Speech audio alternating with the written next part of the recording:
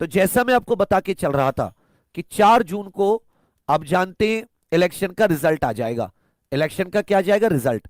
चुनाव जो चल रहे हैं, आम चुनाव 2024, इसकी गिनती हो जाएगी, सरकार बन जाएगी।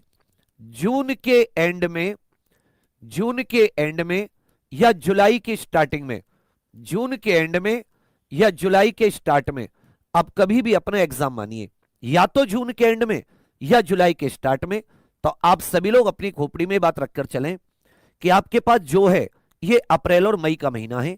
इसी बीच में आपको ये भी पता चल जाएगा कि आपका एग्जैक्ट कब होना है।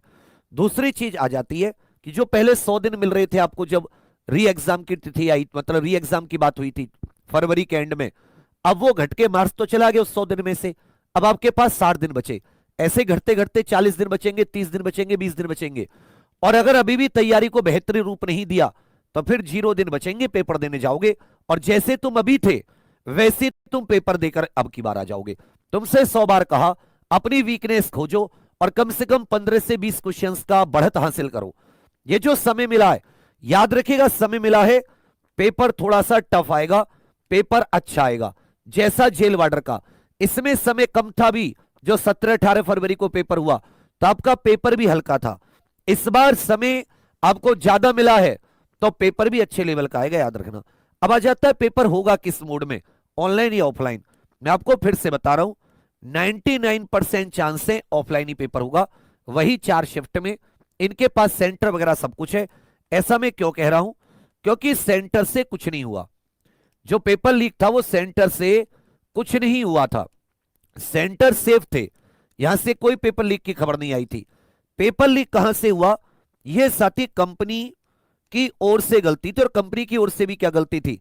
लॉजिस्टिक्स, जैसे हम लोग परिवहन कहते हैं, ढुलाई में, पेपर एक जगह से दूसरे जगह पहुंचाने में। भर्ती बोर्ड इस चीज को कंट्रोल करेगा और पेपर प्रिंटिंग इत्यादि को लेकर भी वो कंट्रोल करेगा।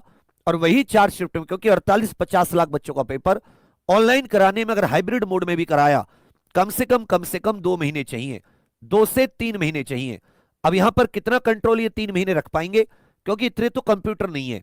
अगर आप लोग पूरे उत्तर प्रदेश में भी देखेंगे तो ऐसा समझ के चलिए कि जब 9 लाख के करीब बच्चे थे यूपीएसआई में, उसके लिए 54 शिफ्ट की जरूरत पड़ी थी।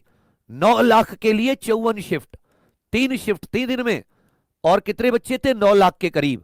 तो अब आप इसका 48 लाख है, 4 गुना भी कर लो, 9 चौक 36 भी कर लो तो भी आप देखो, या 5 गुना कर लो, चलो 5 गुना कर लो, 54 गुणा 5 मतलब 200 शिफ्ट चाहिए, 200 शिफ्ट।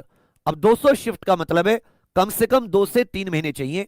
तो ये जो हाइब्रिड वाला है, ये यूपी पुलिस कांस्टेबल जैसे बड़े लेवल के एग्जाम के लिए, जिसमें मतलब ज्यादा स्टूडेंट बैठते हैं, उसके लिए फीजेबल नहीं है। अब कहोगे सर ऐसे तो एसएससी, जीडी, सीजीए और एसएससी इतने सारे बच्चों का लेती है रेलवे। बेटा वो ऑल इंडिया होता है, केवल उत्तर प्रदेश में नहीं होता, पूरे भारत में होता है, समझे?